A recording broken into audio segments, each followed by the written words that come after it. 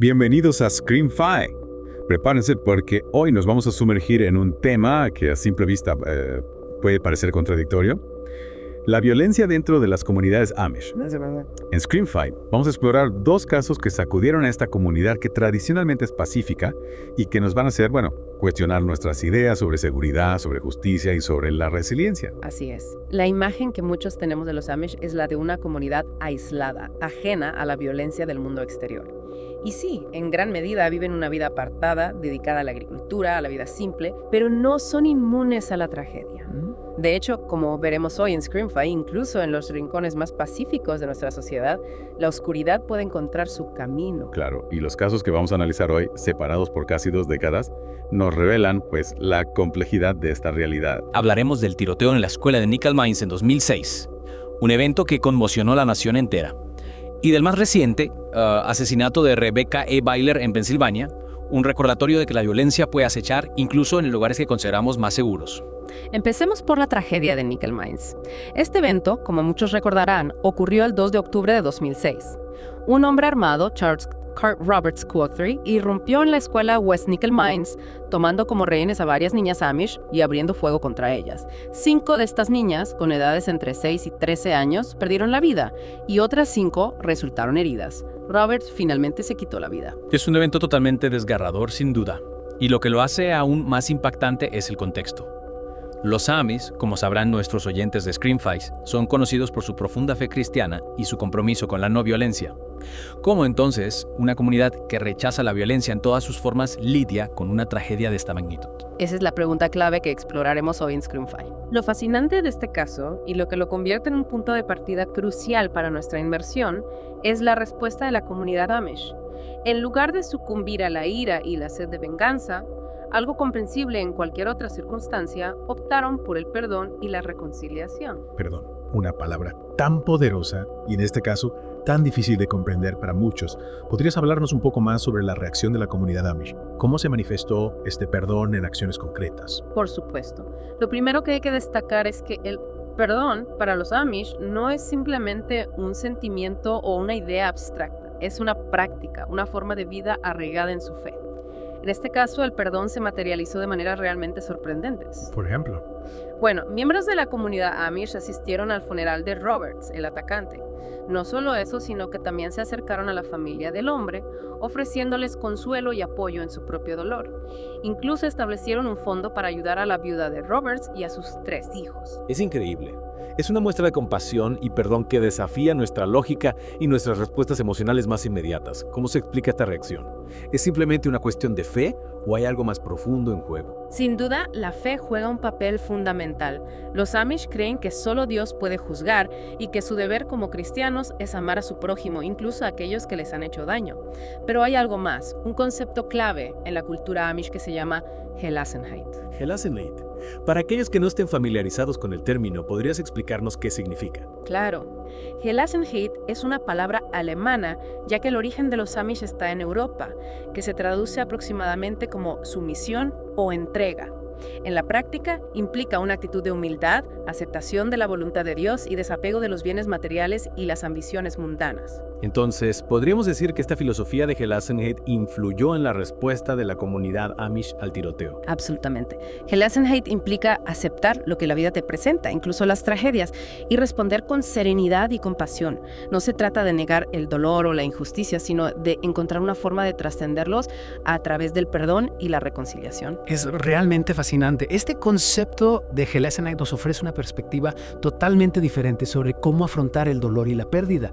Y creo que es algo que todos, incluso aquellos que no compartimos la fe Amish, podemos aprender y aplicar en nuestras propias vidas. Totalmente de acuerdo. El caso de Nickel Mines, a pesar de su horror, nos deja una lección poderosa sobre la capacidad humana para el perdón y la compasión, incluso en las circunstancias más extremas. Y nos lleva a la siguiente pregunta. ¿Cómo impactó esta tragedia a la comunidad Amish a largo plazo? ¿Cómo se reconstruye una comunidad después de un evento tan traumático? Esa es una pregunta crucial y es justo donde la historia se vuelve aún más intrigante. La reconstrucción de Nickel Mines no fue solo física, con la construcción de una nueva escuela, sino también emocional y espiritual. Los Amish, como hemos mencionado, son una comunidad muy unida. Su fe y sus tradiciones son el tejido que los mantiene unidos y en momentos de crisis ese tejido se fortalece aún más. Es interesante cómo la tragedia, que a menudo puede fragmentar a las comunidades, en este caso parece haber tenido el efecto contrario. ¿Podrías darnos algunos ejemplos concretos de cómo la comunidad se unió para apoyarse mutuamente? Claro que sí. En los días y semanas posteriores al tiroteo, la comunidad Amish se volcó en ayudar a las familias de las víctimas.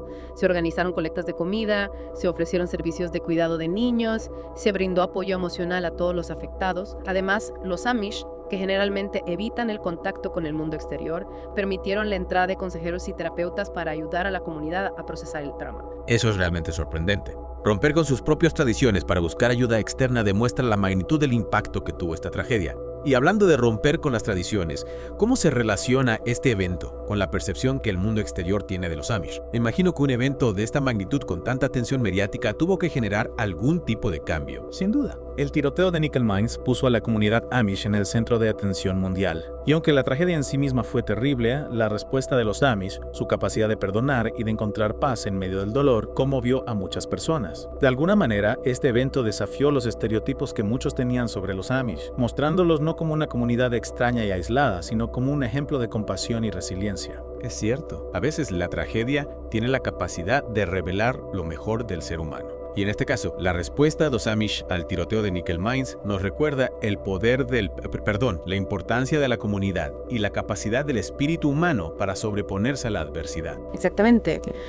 Y esta capacidad de sobreponerse a la adversidad es un tema que nos lleva al segundo caso que queremos explorar hoy en Scream5, el asesinato de Rebecca Abailor. Un caso que, a diferencia del tiroteo de Nickel Mines, aún está envuelto en misterio. ¿Podrías contarnos un poco más sobre este caso, especialmente para aquellos oyentes de Scream5 que quizás no estén familiarizados con él? Por supuesto. En febrero de 2024, Rebecca Abailor, una joven Amish embarazada, fue encontrada muerta en su casa en Spartansburg, Pensilvania. A diferencia del tiroteo de Nickel Mines, donde el perpetrador se identificó rápidamente, en este caso el asesino sigue prófugo. Un crimen sin resolver siempre genera una sensación de inquietud, de miedo a lo desconocido. ¿Cómo ha impactado este caso a la comunidad Amish de Spartanburg? Imagínate, la comunidad Amish ya había sido golpeada por la tragedia Nickel Mines. Habían demostrado una fortaleza increíble, una capacidad de perdón que asombró al mundo.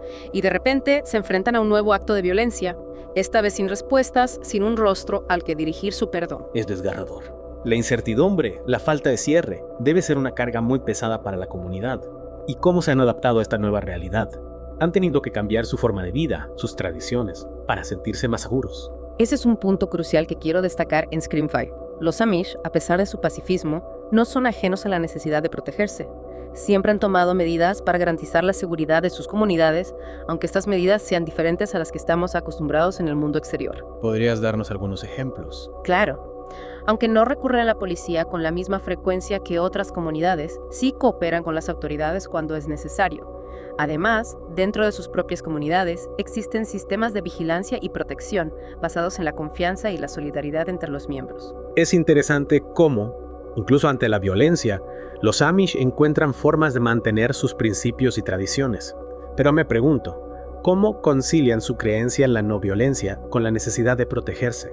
Especialmente en un caso como el de Rebecca Abailor, donde el asesino sigue libre. Es un dilema complejo, sin duda. Y es aquí donde vemos la tensión entre la tradición y la modernidad. Una tensión que recorre toda la historia de la comunidad Amish. Una tensión que me imagino se ha intensificado en los últimos años con la creciente presencia de la tecnología y la globalización. Exacto. Los Amish se esfuerzan por mantener su estilo de vida simple, alejado de las influencias del mundo exterior. Pero la realidad es que el mundo exterior se está acercando cada vez más a ellos. Y con ese acercamiento llegan nuevos desafíos, nuevas amenazas que ponen a prueba sus creencias y sus tradiciones. Y esos desafíos, esas amenazas, ¿cómo se manifiestan en la vida cotidiana de los Amish? Bueno, pensemos en el caso de Rebecca Abailor.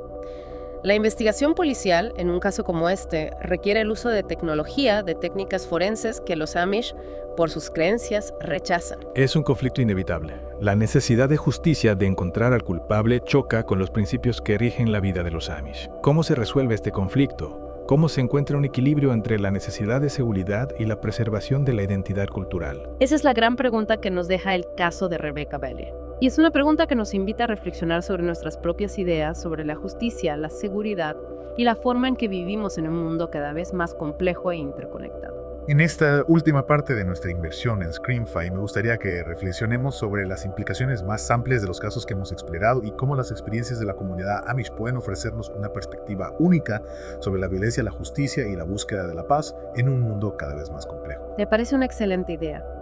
A lo largo de este episodio de Screamify, hemos visto cómo la comunidad Amish, a pesar de su compromiso con la no violencia y su estilo de vida apartado, se ha enfrentado a la violencia de formas que desafían nuestras ideas preconcebidas.